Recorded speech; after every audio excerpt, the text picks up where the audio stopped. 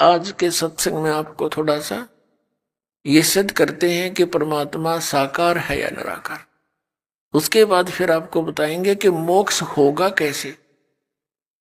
हमें परमात्मा का भी पता लग गया कि कबीर इज गॉड, और ये भी पता लग गया सदग्रंथों में कि परमात्मा साकार है, मनुष्य दृश्य है। लेकिन वो मिले कैसे, उसकी प्राप्ति कैसे हो, उस लोक में कैसे जाया जा सके जहां जाने के बाद साधक फिर जन्म मृत्यु में कभी नहीं आता, वह परम शांति को प्राप्त होता है। आज का सत्संग ये दो टॉपिक आपको दिखाएंगे, सुनाएंगे, प्रमाण देंगे। पुण्यात्मा देखो परमात्मा की रजा आपके ऊपर कैसी है। थोड़ी सी गर्मी होती है, परमात्मा बच्चा अपनी प्यारी आत्माओं के अमृत बरसा देते हैं, ठंड सी कर देते हैं कि ताकि ये बच्चे परमात्मा की मेरी महिमा को सुन ले। यदि अच्छी ठंड कर दी तो तुम सारे लटके लेने लग जाओगे, न पड़े बैठे बैठे सोओगे। तो जितनी आवश्यकता है उतना ही अपने बच्चों को डोज देंगे। और पुण्यात्माओं, यदि जिसमें पूरा विश्व इस सत भक्ति को स्वीकार करके और अपने अपने घरों में ये पांचों यज्ञ किया करेगा, फिर देखना सतयुग में ऐसा होता था, इतने पुण्यकर्मी प्राणी होते थे। यदि कोई 10 व्यक्ति बैठकर और चर्चा कर देते थे कि भगवान वर्षा नहीं हुई, आपके बच्चे दुखी हो गए, उसी समय परमात्मा वर्षा कर देते थे। यानी कोई अभाव सतयुग में नहीं होता था। पिता से पहले पुत्र नहीं मरता था, स्त्री विधवा नहीं होती थी। अपने आत्माओं जब हमारे कर्म सुधर जाएंगे और जो हम कर्म कर रहे हैं सत भक्ति ये पूरा विश्व करेगा, तो सब वही सतयुग जैसा ही एक बार फिर से वातावरण होगा। ये तो भगवान ने बोल ही रखा है, तो होगा ही होगा, इसलिए तो रोक के नहीं सकता। तो ये तरीका अब स्टार्ट हो गया, इसकी प्रारंभ हो गया है अब सतयुग आने का। इस ज्ञान से बात बनेगी।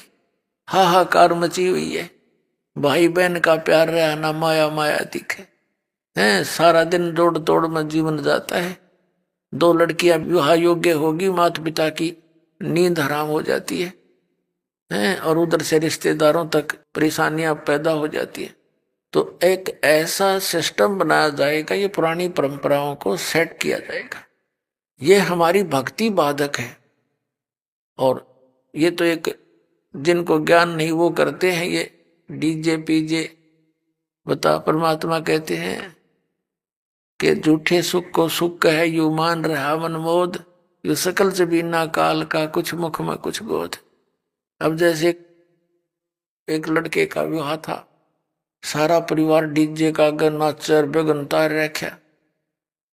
अगले दिन वो बारात जा रही थी, जिस गाड़ी में दुल्हा था 7-8 उसके साथी थे।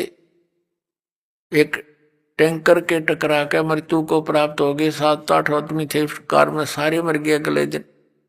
फिर समाचार पत्रों में उनके चित्र थे, उनकी बहनों के और माता पिता के रोते हुए के बाल पाड़ रहे थे, टक्कर मार रहे थे।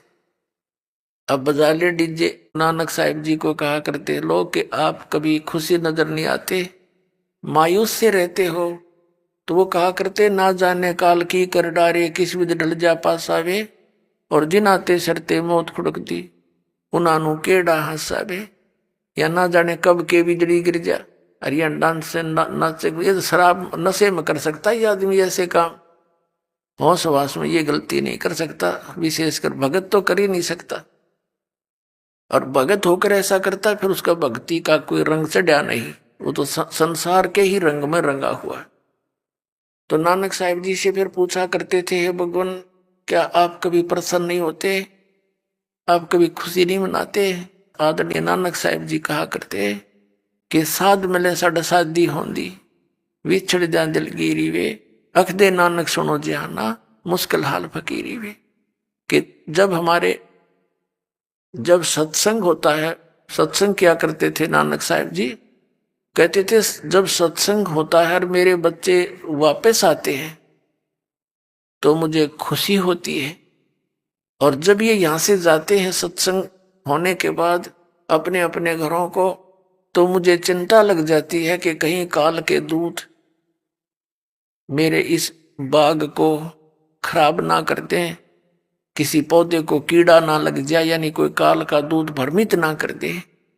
क्योंकि नानक साहिब जी के विरोधी बहुत थे, पूरा हिंदू समाज विरोधी था, सब ब्राह्मण विरोधी हो गए कि तो ब्रह्मा विष्णु महेश को कुछ नहीं समझता, इनसे ऊपर भगवान बताता है। तो कहते थे कि जब ये मेरे बच्चे वापस आ जाते हैं साधु संगत, तो मेरी खुशी का ठिकाना नहीं रहता कि ये बचे हुए हैं काल के दूतों से। तो कहते थे साध मिले साड़ी शादी होंगी, ये भक्त आते हैं, सत्संग होता है, वो हमारी शादी है, विवाह है, वो खुशी है। साध मिले साढ़े शादी होंगी, विछड़ जा दिलगिरी वे, अख दे नानक सुनो जिहाना, या मुश्किल हाल फकीरी वे। फकीरी माने भक्ति, मुश्किल हाल फकीरी वे, कि ये भक्ति इतनी कठिन बना दी इन लोगों ने, क्योंकि हमारी मर्यादा जो है वो समाज से मेल नहीं खाती। और समाज से मेल ना खाने से अन्य समाज के लोग हमारे भक्तों के साथ एक विशेष वो वाद विवाद करते हैं, और कुछ कमजोर व्यक्ति के भक्त समाज लोक लाज में आके और मर्यादा तोड़ देते हैं। मर्यादा टूट जाने के बाद फिर परमात्मा साथ नहीं देता। तो पुण्यात्मा, हमने इन सब व्यवस्थाओं को सेट करना है। बुद्धिमान समाज है, कोई किसी के ऊपर जो दास नियम बताता है, ये कोई थोपे नहीं जाते, जिसको पूर्ण ज्ञान के साथ आपको बताया जाता है कि ये करने से हमें भक्ति में यह हानि होगी और ऐसा न करने से हमें ये लाभ होगा। तो फिर बुद्धिमान समाज इसको स्वीकार कर रहा है। छोटे छोटे बच्चे भी आते हैं, कहते जी मेरे पापा ने मेरे से बीड़ी मंगा ली, बंडल मंगा लिया, बहुत रोते हैं, मेरा नाम टूट गया। पापा तो बीड़ी पीवे और पुत्र माँ के साथ आकर ऐसी अच्छी शिक्षा ग्रहण करता है, तो उस पापा को भी समझना पड़ेगा एक दिन, और वो छोड़नी पड़ेंगी सारी बुराई। एक कह रहा था व्यक्ति ने, बोला मेरे को तो इस मेरे पुत्र ने लाइन पर लाया, जब मैं बीड़ी पीऊं ये उठ कर चला जा, और मुझे इसमें प्रेम गणा, और बीड़ी नो के पापा ये अच्छी चीज नहीं, इसको छोड़ दे। तो आखिर में मनवा छोड़नी पड़ी। एक भक्त कह रहा था जी मेरा मन अपने लड़के से बीड़ी मंगा ली बंडल दुकान से, लेकिन वो डर के मारे चला तो गया। दुकानदार से बोला अगले एक थैली लेगा साथ में या पॉलीथीन की, ने बोला इसमें डाल दे, मैं ना हाथ लाऊं इसके, और नो लटका के लाया। ने बोला ले पापा पकड़ तेरी बंडल। वो कहने लगा क्यों ऐसे क्यों लाया तू? मेरा नाम टूट जा, 5-6 वर्ष का लड़का था, मेरा नाम खंडित हो जाएगा, जा हाथ लग गया इसके।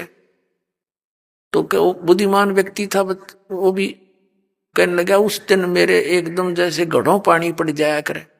अरे यू बालक तो इतनी समझ रखता कि इतनी बुरी चीज हाथ लाने में पाप इसके, और मैं पी रहा हूं।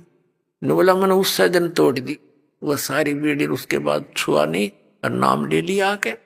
तो पुण्यात्मा ऐसे सुधार होगा।